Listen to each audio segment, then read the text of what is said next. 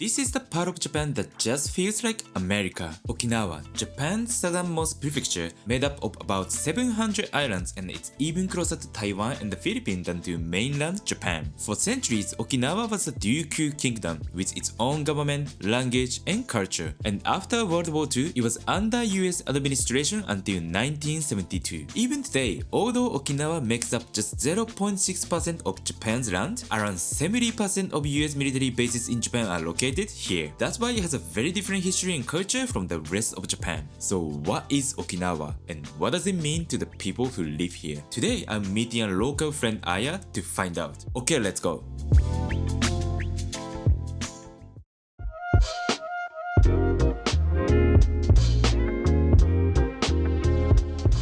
Today I'm in Okinawa, American village with... Hiya!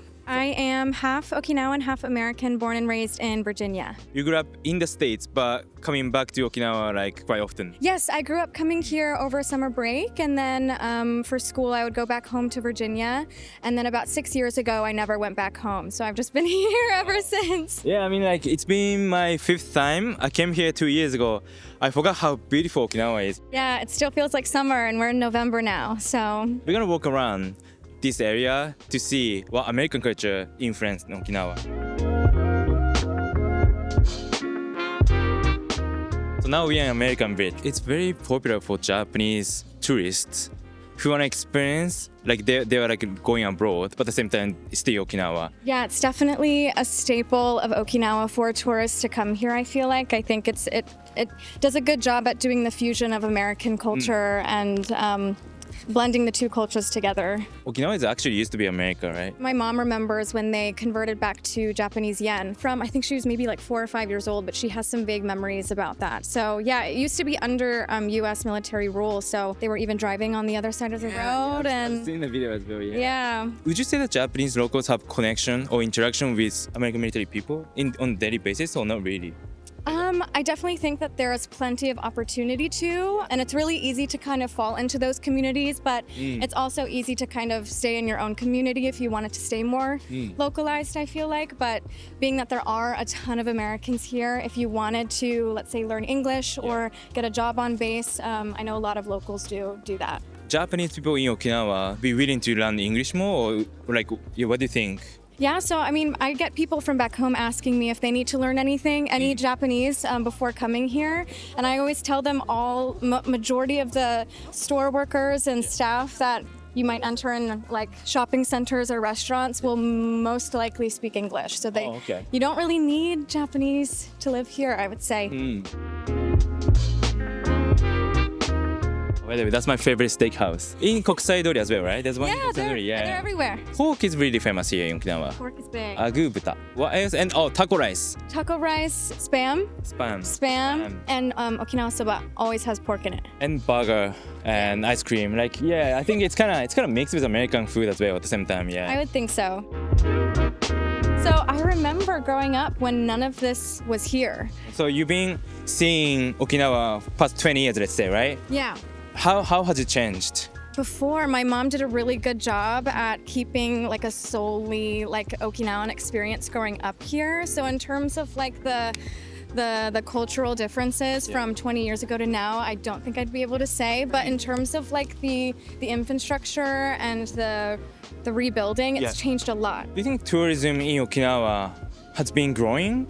Or because as far as I know, Okinawa has been like the biggest tourist destination for Japanese locals, like domestic, you know? Yeah, no, I definitely think the tourism is growing. They're building more and more things in theme parks, and I remember when Parco was being built, and it was this new big mall that's being built on the water, and they're building a new island for it, and I remember, and Jangrila just opened. Oh yeah, can you say what Jangrila is? I mean, like, it's been trending in Japan, but I don't think many people outside of Japan, recognize, the park, I haven't been there, so I don't really know what the full experience is, but it's like for jungle awareness. The jungle is a huge part of the ecosystem here in Okinawa, so they built a huge theme park with like life-size dinosaurs and lots of attractions and activities around the jungles here in Okinawa. So.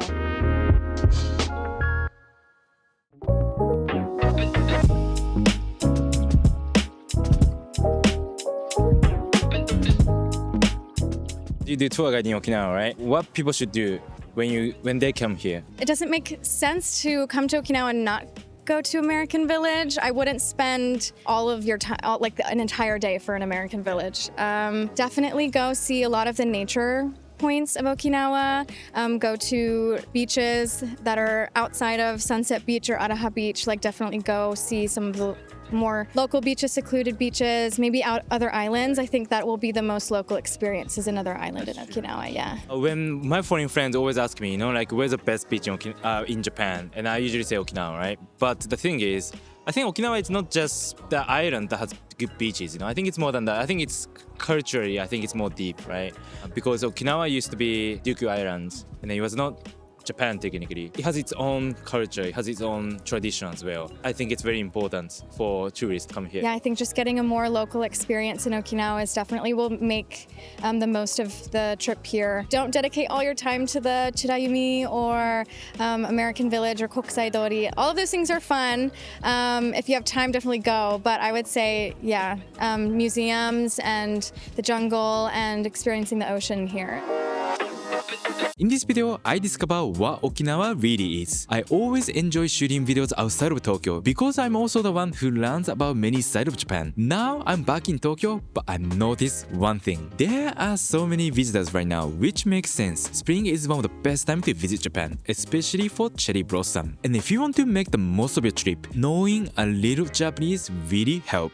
Because not many locals speak English here. But how can you start learning Japanese? One of the easiest way to start is by learning with a private tutor. Because in the beginning, having someone guide you makes a huge difference. With Preply, you can find a tutor that matches your level and goals and improve step by step over time with their support. It's not just about studying, it's about having someone who tracks your progress and helps you stay consistent. And that's what really makes a difference when learning a language. It's a more structured and effective way to improve over time. So I highly recommend starting learning Japanese with Preply. Even if you speak just a little bit, your trip to Japan feels completely different. You can get 50% off your first lesson by clicking the link in the description. Okay, let's get back to the video. This topic is basically about relationship between Okinawa and the States. And to talk about it, I think it's inevitable to talk about military base here. For example, when we arrived at the airport and then when we came to American Village, we've seen so many fences, American bases. Like we see so many American things on the way. How do you think Japanese locals see military base and stuff? Because as far as I know, from the media, I've seen people doing protesting for military, like to get out of it. There's some people who get benefits of it, but at the same time, kind of get annoyed of it. You know what I mean? Yeah, I mean, it's hard to speak on all of the different perspectives that might come from either side, whether people are for it or against it. I do see there's certain days of the week where people are protesting outside of the base, peaceful protests, obviously. But in terms of my personal experience, everyone is getting along. I think there are sides to it that there are conflicts within like the communities and obviously taking up majority of the island and the issues that may stem from that, but it also does create jobs for a lot of the people. Right, yeah. And there's many restaurants like here, Yeah. all the restaurant owners get benefits from it at the same time. there's a lot of jobs on base for local people too that are available for them. So there are definitely two different sides to them. But yeah, it's hard to really speak on, not having been in anyone else's shoes. So When I came to Okinawa for the first time, like years ago, I was actually shocked because I'm from mainland, and I was shocked how many military bases in the island, basically. I asked my friend from Okinawa, like, what do you feel about it? Because sometimes you hear the helicopter noise and everything, right? And then, but ask him, he didn't even think about it because he grew up with it. He was born with it. Even though we both from Japan, but environment was completely different. We grew up in, yeah. yeah, I think definitely as the generations go on, it's become a lot of everyday life for a lot of these people. So yeah, like the fighter jets are going to be super loud every single morning and afternoon, but it's, I guess a lot of people here don't know a life without, the military presence here. So. Your videos are so cool. I always heart all of them. Have a nice.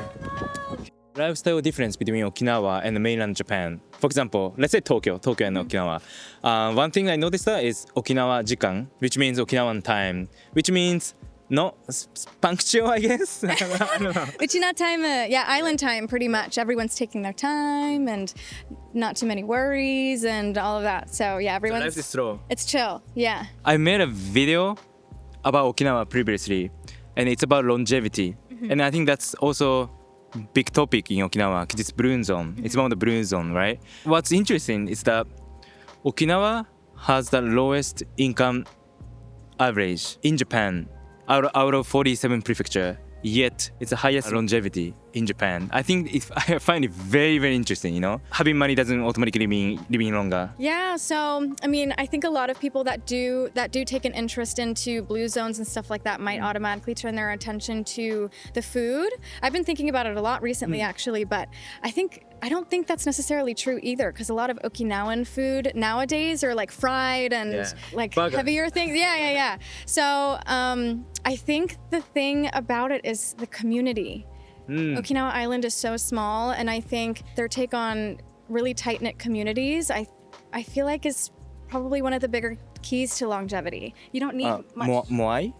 Yeah, Moai. there's that Moai. too. Yeah. So I think the older you get and you know keep everybody close to you and your family and your friends and you stay active with them, I would expect a lot of answers from those people. If you could bring up one big social issues, I think wage is one of the biggest as well. Maybe, but I guess personally it doesn't feel difficult to live here even. The cost of living is also not that high.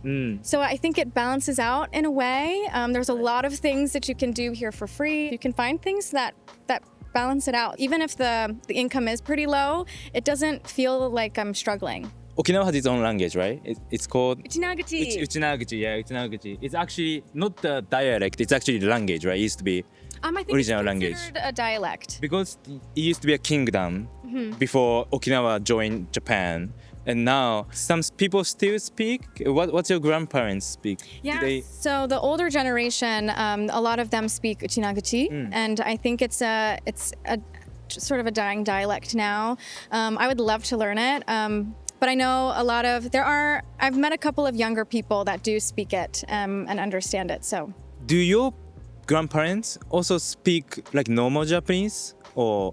yeah, they can. I think naturally Uchinaguchi might have come out. So I couldn't really understand. I couldn't understand when they would speak to me, but it was majority of the time it was Uchinaguchi. I think the more north you go, the more you'll find people that might only speak Uchinaguchi, or yeah, just like extremely local people, part of the older generation. Okay, so can you give us some Okinawan word? One, yeah, could be famous one, yeah. There's haisai. Haisai, what does it mean? I think it's hello. I think it's hello. Haisai. Oh, that's true. That's true. Yeah, my Okinawan friends say it all the time. I didn't know what it means. Okay, now he's saying hello. Okay. I think it's mensore is welcome. Kari is kampai. Mayagwa, I think is Mayagwa? neko. I think it's cat. Okay, so thank you for tour guiding in Okinawa. I mean, just American village, but is there anything you'd like to say at the end? We would love to have you in Okinawa. So if you're ever planning to come, definitely contact Things to Do in Okinawa, and we would love to show you around. Yeah, I love Okinawa. I'm so glad that I've made one more video here. I actually like to introduce to my viewers what actually like in Japan, you know? Thank you so much. Thank you. Thank you so much. Come back immediately.